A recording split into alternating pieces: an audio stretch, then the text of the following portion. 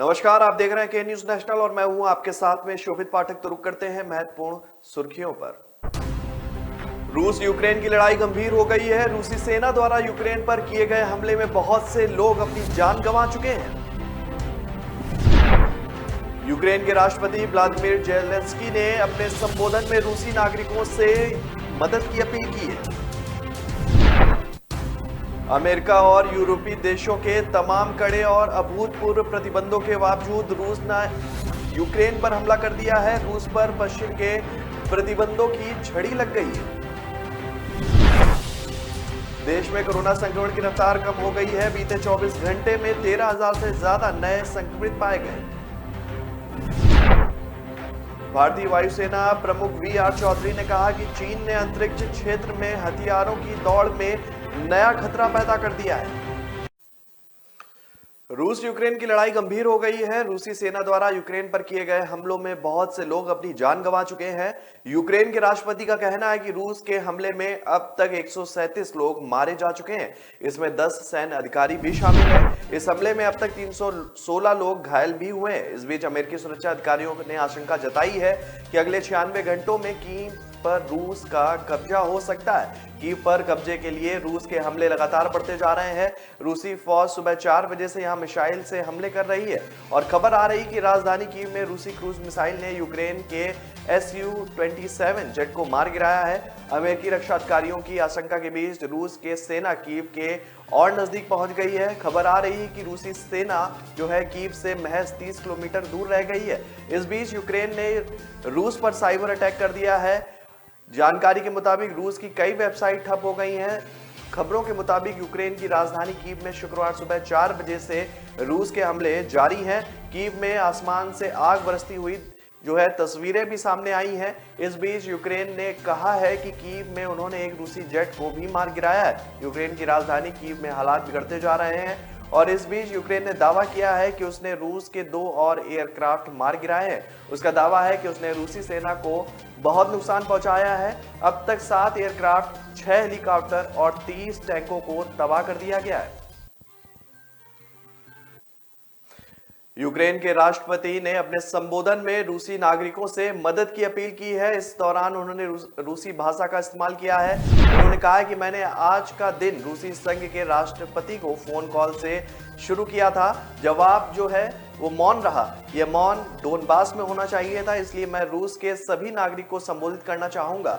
हम 2000 किलोमीटर लंबी आपसी सीमा में बटे हुए हैं और इसकी एक ओर आपके 2 लाख सैनिक हैं और एक ओर 1000 सशस्त्र वाहन है।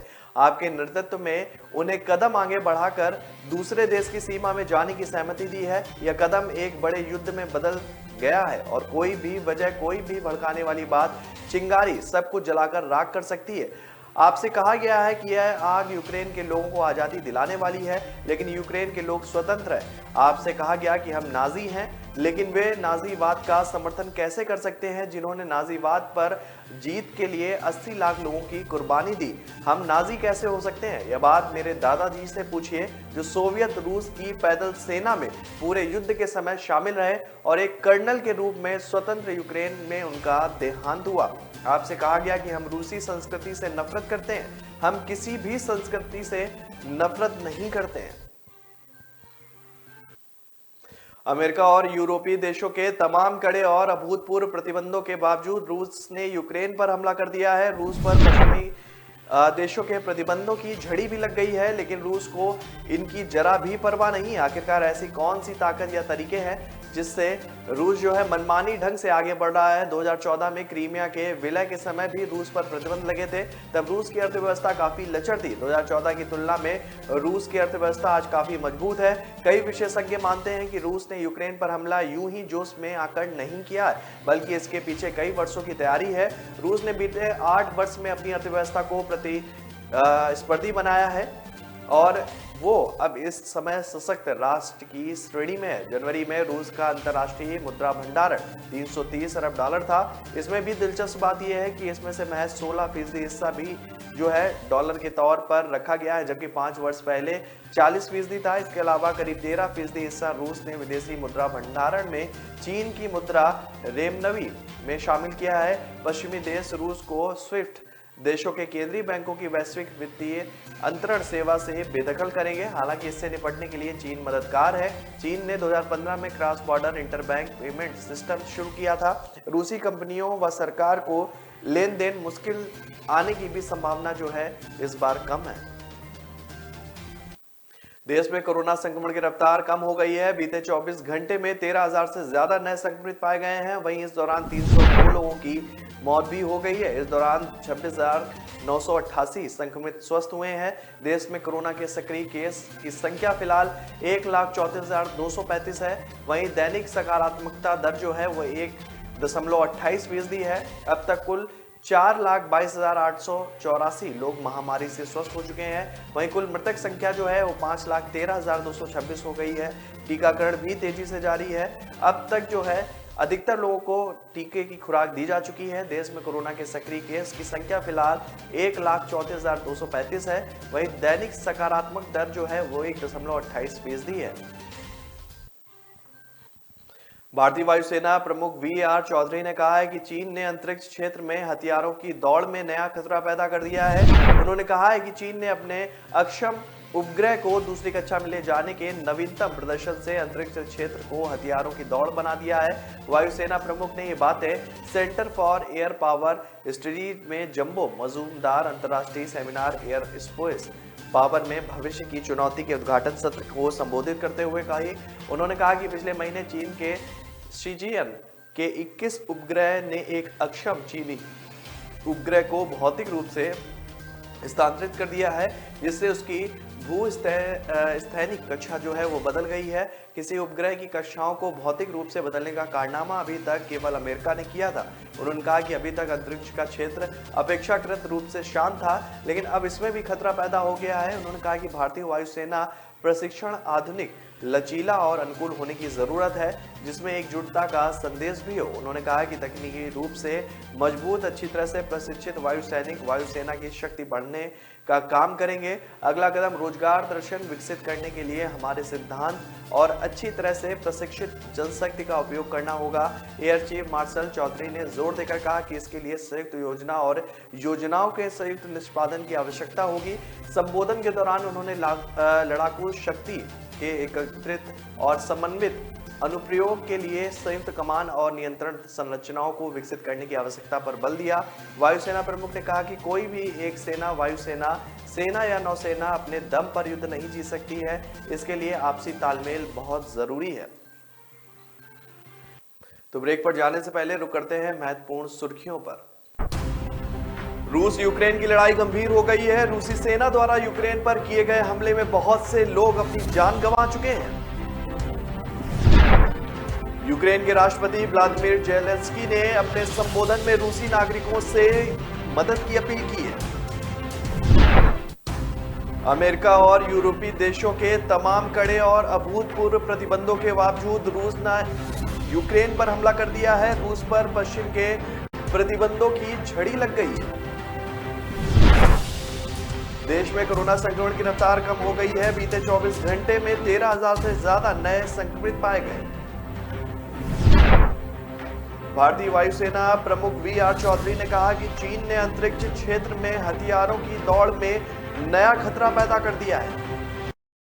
न ऐश का न द्वेष का, यह दंगल है देश का। सुलगती समस्याओं के झुलसते सवालों का होगा दंगल देश का।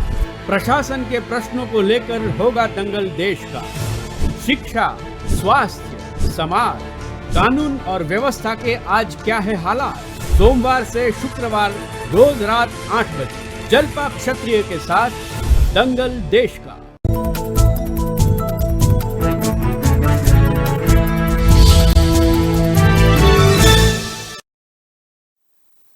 ब्रेक के बाद फिर स्वागत है आपका। रुक करते हैं आगे की महत्वपूर्ण खबरों पर। भारतीय सेना की ताकत लगातार बढ़ रही है। रक्षा मंत्रालय ने गुरुवार को भारत इलेक्ट्रॉनिक लिमिटेड के साथ 1,075 करोड़ रुपए के अनुबंध पर हस्ताक्षर कर दिए हैं। रक्षा मंत्रालय के मुताबिक इस अनुबंध के तहत 957 T-90 युद्धक टैंकों का रेट्रो मॉडिफिकेशन किया जाएगा। इसके बाद T-90 के कमांडर लंबी दूरी पर भी लक्ष्य का पता लगा सकेंगे। मंत्रालय के बयान में कहा गया है कि भारत के प्रमुख युद्ध टैंक T-90 की कमांडर साइट रात में देखने के लिए इमेजन कन्वर्टर ट्यूब आधारित ट्रांजिस्ट से सुसज्जित है और इसे रक्षा अनुसंधान विकास संगठन और BEL ने संयुक्त रूप से विकसित किया है। T-90 टैंक की नई रेट्रो मॉडिफाइड कमांडर साइट में दिन और रात में 8 किलोमीटर पर लक्ष्य का पता लगाने में सक्षम थर्मल इमेजर और 5 किलोमीटर तक की दूरी को सटीक रूप से खोजने के लिए एक लेजर जो है रेंजर फाइंडर लगाया गया है, जिससे लंबी दूरी तक लक्ष्य साधने की क्षमता बढ़ेगी। रक्षा मंत्रालय ने बताया कि T-90 टैंक के कमांडर बैलिस्टिक सॉफ्टवेयर और LRF में सुधार के बाद अभूतपूर्व सटीकता के निशाने का पता लगा सकते हैं, उस पर निशाना साध सकते हैं और उन्हें बेअसर कर सकते हैं। गौरतलब है कि भारत में T-90 टैंक को भीष्म के नाम से जाना जाता है और इसमें कई खासियत हैं। इस युद्धक टैंक में धुएं को पैदा करने वाला ग्रेनेड लॉन्चिंग सिस्टम भी लगाया गया है। इसके अलावा यह टैंक दुश्मन के एंटी टैंक मिसाइल को भी निष्क्रिय करने में सक्षम है। इसमें ऑटोमेटिक फायर प्रोटेक्शन सिस्टम भी लगा है। यह टैंक अपने साथ 40 राउंड के गोले लेकर चल सकता है। यूक्रेन पर रूस के हमले ने भारत सहित दुनिया भर में अफरा तफरी मचा दी है। यूक्रेन में पढ़ने गए हजारों भारतीय छात्र वहां फंस गए हैं। इन्हें निकालने की कोशिश जो है लगातार जारी है। यूक्रेन संकट पर गुरुवार को सुरक्षा मामलों की कैबिनेट कमेटी की उच्च स्तरीय बैठक हुई है। इसके बाद पीएम नरेंद्र मोदी ने रूसी राष्ट्रपति व्लादिमीर पुतिन से फोन पर बात भी की है। राष्ट्रपति पुतिन ने यूक्रेन के संबंध में हाल के घटनाक्रम पर प्रधानमंत्री मोदी को अवगत भी कराया है। पीएम ने अपने लंबे समय से चले आ रहे विश्वास को दोहराते हुए कहा कि रूस और नाटो के बीच मतभेद केवल ईमानदार बातचीत से ही सुलझाए जा सकते हैं। पीएमओ के मुताबिक पीएम मोदी ने पुतिन से हिंसा और तनाव को तत्काल बंद करने की भी अपील की है। उन्होंने राजनयिक वार्ता के रास्ते पर लौटने के लिए सभी पक्षों से कोशिश करने का आह्वान किया है। पीएमओ के मुताबिक इस दौरान पीएम ने यूक्रेन में भारतीय नागरिकों को खासकर छात्रों की सुरक्षा के बारे में भारत की चिंताओं के बारे में भी पुतिन से चर्चा की है। पुतिन ने कहा है कि भारत उनकी सुरक्षित निकासी और भारत लौटने को सर्वोच्च प्राथमिकता देता है। पीएम मोदी और राष्ट्रपति पुतिन ने सहमति व्यक्त की है कि उनके अधिकारी और राजनीतिक दल सामयिक हितों के मुद्दों पर नियमित संपर्क बनाए रखेंगे। रूस द्वारा यूक्रेन के खिलाफ आक्रामक अभियान शुरू करने के बीच विपक्ष ने गुरुवार को सरकार पर हमला बोला है। विपक्ष खासकर कांग्रेस ने हमला करते हुए सरकार से पूछा कि बार-बार चेतावनी मिलने के बाद भी सरकार ने यूक्रेन में 20,000 भारतीयों को सुरक्षित घर वापस लाने के लिए समय पर व्यवस्था क्यों नहीं की है। इस दौरान विपक्ष ने कठिन समय पर आने पर अपने नागरिकों को वापस लाने में नाकाम रहने का भी आरोप लगाया है। कांग्रेस ने कुछ नेता मांग करते रहे कि भारत को इस पर कड़ा रुख अपनाना चाहिए और रूस की इस समय सैन्य कार्रवाई की खुलेआम निंदा करनी चाहिए। कांग्रेस के मुख्य प्रवक्ता रणदीप सुरजेवाला ने कहा है कि हर मुश्किल परिस्थिति में मुंह तोड़ जवाब देना चाहिए और चुप रहना मोदी सरकार की आदत हो गई है। यूक्रेन में हमारे 20,000 भारतीय युवा भय, आशंका और जानलेवा स्थितियों से जूझ रहे हैं। इस दौरान पूर्व विदेश राज्य मंत्री और कांग्रेस नेता शशि थरूर ने कहा है कि उन्हें यूक्रेन में फंसे छात्रों के परिवारों से संदेश मिल रहे हैं और उन्हें निकालने की जरूरत है। उन्होंने ट्वीट में प्रधानमंत्री नरेंद्र मोदी को चुनावी रणनीति नहीं बल्कि कूटनीतिक रणनीति बनाने की सलाह दी थी। थरूर ने घटनाक्रम के बीच रूस की यात्रा को लेकर पाकिस्तान के प्रधानमंत्री इमरान खान की भी आलोचना की। उन्होंने पूर्व प्रधानमंत्री अटल बिहारी वाजपेयी का उदाहरण दिया। 1979 में जब बीजिंग के वियतनाम पर हमला किया गया तब तत्कालीन विदेश मंत्री के रूप में वाजपेयी ने चीन की यात्रा को रद्द कर दिया था। थरूर ने कहा कि अगर इमरान खान का कोई भी स्वाभिमान है तो वह वही करेंगे जो वाजपेयी साहब ने किया था। कर्नाटक में अगले साल होने वाले विधानसभा चुनाव को लेकर कांग्रेस नेतृत्व अभी से सक्रिय हो गया है। राज्य में संबंधित सभी प्रमुख नेताओं की गुरुवार को दिल्ली में राहुल गांधी के साथ बैठक हुई। बैठक में संगठनात्मक ढांचे, चुनावी रणनीति के साथ हिजाब के मुद्दे पर भी बातचीत की गई। पार्टी फिलहाल इस मामले में कोर्ट के फैसले का इंतजार कर रही है। बैठक में हिजाब के मुद्दे को लेकर केंद्रीय नेतृत्व ने राज्य के नेताओं के विचार भी जाने। मोटे तौर पर दो तरह की बातें बैठक में निकलकर सामने आई हैं। राज्य के नेता मानते हैं कि मामला कोर्ट में विचाराधीन है, इसलिए फिलहाल इसे राजनीतिक मुद्दा बनाने या बयानबाजी से बचना चाहिए। अधिकतर नेता इसे धर्म से नहीं बल्कि शिक्षा से जुड़ा हुआ मानते हैं। विधानसभा चुनाव में उतरने से पहले पार्टी अपने कील कांटे मजबूत कर लेना चाहती है। बैठक में राहुल गांधी ने संगठनात्मक ढांचे को मजबूत करने और चुनाव की दृष्टि से रणनीति बनाने के साथ तैयारी शुरू करने को कहा है। राहुल ने कहा है कि केंद्र से जो भी मदद की आवश्यकता है बताएं ताकि समय रहते उसे पूरा किया जा सके। बैठक में पूर्व सीएम के सिद्धार्थ मैया और प्रदेश अध्यक्ष शिव कुमार भी शामिल हुए। आयकर विभाग ने मुंबई में शुक्रवार को शिवसेना के पार्षद यशवंत जाधव के परिसरों पर छापा मारा। जाधव ब्रह मुंबई महानगर पालिका बीएमसी की स्थायी समिति के अध्यक्ष है। जाधव पर 15 करोड़ के घोटाले का आरोप भी है। माना जा रहा है कि यह छापेमारी इसी सिलसिले में की गई है। इससे पहले राकपा नेता व मंत्री नवाब मलिक के खिलाफ ईडी ने कार्रवाई की थी। मलिक फिलहाल 3 मार्च तक ईडी की हिरासत में है। उन्हें दाऊद इब्राहिम से जुड़े मनी लॉन्ड्रिंग मामले में गिरफ्तार किया गया है। शिवसेना नेता जाधव के मझगांव स्थित आवास पर शुक्रवार सुबह आयकर की टीम पहुंची। आयकर टीम के साथ सीआरपीएफ जवान का दल भी था। जाधव के घर पर दस्तावेजों की जांच की जा रही है। जाधव पिछले 5 साल से स्थायी समिति के अध्यक्ष हैं। भाजपा उन पर फर्जी कंपनियों के जरिए वित्तीय हेराफेरी का आरोप लगा रही है। बीते दिन जाधव की पत्नी यामिनी जाधव ने नवाब मलिक के खिलाफ ईडी कार्रवाई के विरोध में हुए प्रदर्शन में हिस्सा भी लिया था। तो ब्रेक पर जाने से पहले रुक करते हैं महत्वपूर्ण सुर्खियों पर। रूस यूक्रेन की लड़ाई गंभीर हो गई है। रूसी सेना द्वारा यूक्रेन पर किए गए हमले में बहुत से लोग अपनी जान गंवा चुके हैं। यूक्रेन के राष्ट्रपति व्लादिमीर जेलेंस्की ने अपने संबोधन में रूसी नागरिकों से मदद की अपील की है। अमेरिका और यूरोपीय देशों के तमाम कड़े और अभूतपूर्व प्रतिबंधों के बावजूद रूस ने यूक्रेन पर हमला कर दिया है। रूस पर पश्चिम के प्रतिबंधों की झड़ी लग गई है। देश में कोरोना संक्रमण की रफ्तार कम हो गई है। बीते 24 घंटे में 13,000 से ज्यादा नए संक्रमित पाए गए। भारतीय वायुसेना प्रमुख वी.आर. चौधरी ने कहा कि चीन ने अंतरिक्ष क्षेत्र में हथियारों की दौड़ में नया खतरा पैदा कर दिया है। न ऐश का न द्वेष का, यह दंगल है देश का। सुलगती समस्याओं के जुलसते सवालों का होगा दंगल देश का। प्रशासन के प्रश्नों को लेकर होगा दंगल देश का। शिक्षा, स्वास्थ्य, समाज, कानून और व्यवस्था के आज क्या है हालात। सोमवार से शुक्रवार रोज रात 8 बजे जलपा क्षत्रिय के साथ दंगल देश का। ब्रेक के बाद फिर स्वागत है आपका। रुक करते हैं आगे की खबरों पर। कोविड-19 महामारी से निपटने के संबंध में वैज्ञानिक उपलब्धि सराहनीय है, लेकिन कुछ मुद्दों पर कोई वैश्विक समन्वय नहीं था और कई देशों ने विश्व स्वास्थ्य संगठन द्वारा तैयार किए गए ढांचे का पालन नहीं किया। WHO की मुख्य वैज्ञानिक सौम्या स्वामीनाथन ने गुरुवार को यह बात कही।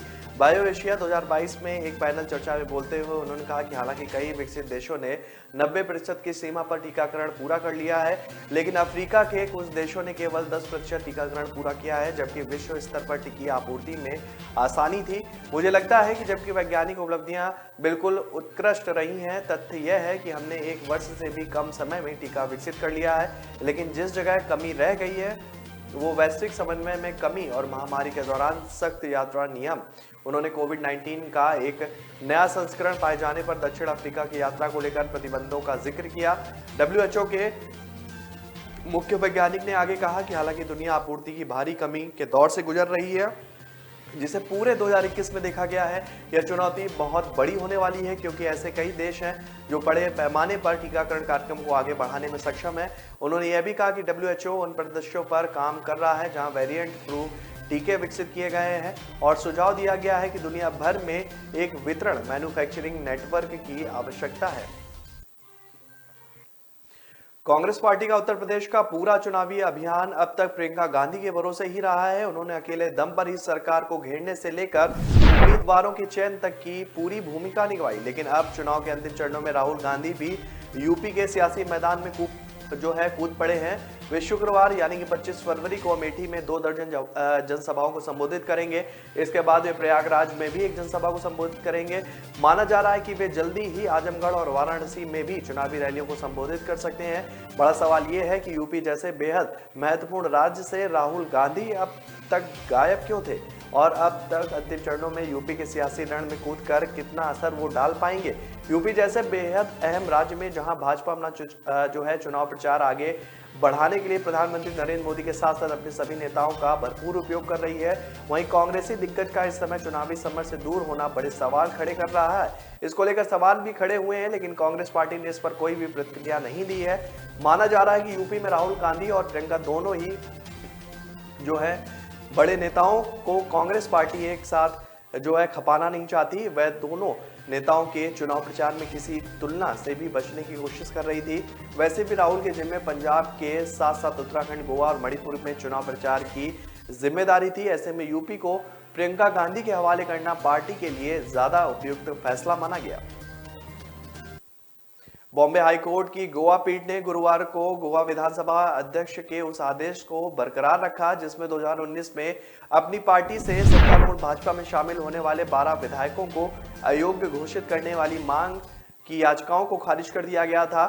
इसमें से 10 विधायकों ने कांग्रेस छोड़ दी थी। इसमें कहा गया था कि यह भाजपा के नेतृत्व वाली केंद्र सरकार की राजनीति को बढ़ावा देगा, जो लोगों के जनादेश को धन से बदल देता है। दूसरी ओर भाजपा ने इस फैसले का स्वागत करते हुए कहा है कि लोकतंत्र और संवैधानिक जनादेश बदनाम अभियान पर हावी है। गोवा प्रदेश कांग्रेस कमेटी के अध्यक्ष गिरीश चोडनकर ने पार्टी के 10 विधायकों के खिलाफ अदालत में अयोग्यता याचिका दायर की थी, जो है जुलाई 2019 में भाजपा में शामिल हो गए थे। उन्होंने कहा था कि ये विधायक अपनी मूल पार्टी की सदस्यता से अयोग्य घोषित किए जाने के पात्र हैं।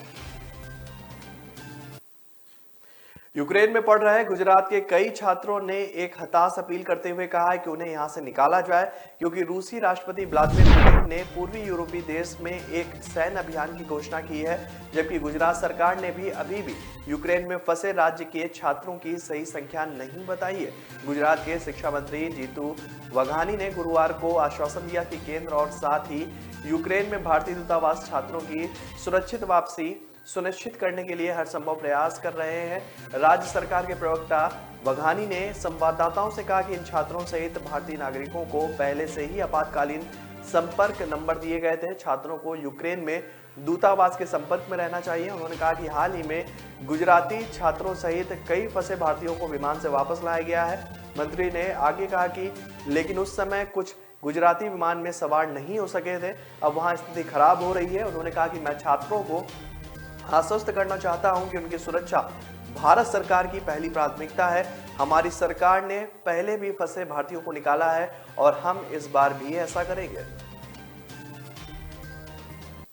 भारत को बहुत प्रभावशाली वैश्विक खिलाड़ी कहते हुए नई दिल्ली में यूक्रेनी राजदूत इंगोर पोलिखा ने यूक्रेन में रूस के साथ चल रहे सैन्य अभियान के बीच भारत का समर्थन मांगा है। नई दिल्ली में एक प्रेस वार्ता में बोलते हुए पोलिखा ने कहा है कि ना यह सिर्फ भूले कि भारत कई वर्षों तक गुट निरपेक्ष आंदोलन का नेता था।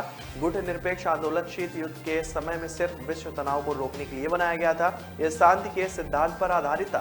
भारत विश्व प्रसिद्ध सिद्धांतों और पंचशील का संस्थापक था। उन्होंने कहा कि मौजूदा हालात में हम भारत से समर्थन मांग रहे हैं और याचना कर रहे हैं कि मैं भारत का एक राजदूत हूं और बेशक हर राजदूत का पद और कार्य अपने देश की स्थिति की ओर अधिक अनुकूल बनाना है। भारत यूएनएससी का अस्थायी सदस्य है। भारत एक बहुत प्रभावशाली वैश्विक खिलाड़ी है। पोलिखा ने कहा कि अंतिम क्षण तक दुनिया शांतिपूर्ण समाधान की उम्मीद कर रही थी। आखिर क्षण तक हमारे राष्ट्रपति रूस के साथ द्विपक्षीय वार्ता के लिए कह रहे थे। हमने इस बात की पुष्टि की है कि यूक्रेन के कई हवाई अड्डे, सैन्य प्रतिष्ठानों पर बमों और मिसाइल से हमला किया गया। राजदूत ने कहा कि कुछ हमले राजधानी के बाहरी इलाकों में भी हुए हैं, कुछ हमले यूक्रेनी क्षेत्र के अंदर भी हुए हैं। और इससे पहले आज रूसी राष्ट्रपति व्लादिमीर पुतिन ने कहा कि पूर्वी यूक्रेन के निवासी की रक्षा के लिए विशेष सैन्य अभियान शुरू किए जा रहे हैं। उन्होंने अन्य देशों को भी चेतावनी दी है कि रूसी कार्रवाई में हस्तक्षेप करने से किसी भी प्रयास के गंभीर परिणाम होंगे। ब्रिटेन, अमेरिका, कनाडा और यूरोपीय संघ सहित कई देशों के नेताओं ने डोनबास क्षेत्र में रूस के सैन्य अभियानों की निंदा भी की है। तो फिलहाल इस बुलेटिन में मेरे साथ इतना ही। आगे की खबरों के लिए बने रहिए के न्यूज नेशनल के साथ। तब तक के लिए नमस्कार। रूस यूक्रेन की लड़ाई गंभीर हो गई है। रूसी सेना द्वारा यूक्रेन पर किए गए हमले में बहुत से लोग अपनी जान गंवा चुके हैं। यूक्रेन के राष्ट्रपति व्लादिमीर जेलेंस्की ने अपने संबोधन में रूसी नागरिकों से मदद की अपील की है। अमेरिका और यूरोपीय देशों के तमाम कड़े और अभूतपूर्व प्रतिबंधों के बावजूद रूस ने यूक्रेन पर हमला कर दिया है। रूस पर पश्चिम के प्रतिबंधों की झड़ी लग गई है। देश में कोरोना संक्रमण की रफ्तार कम हो गई है। बीते 24 घंटे में 13,000 से ज्यादा नए संक्रमित पाए गए। भारतीय वायुसेना प्रमुख वी.आर. चौधरी ने कहा कि चीन ने अंतरिक्ष क्षेत्र में हथियारों की दौड़ में नया खतरा पैदा कर दिया है।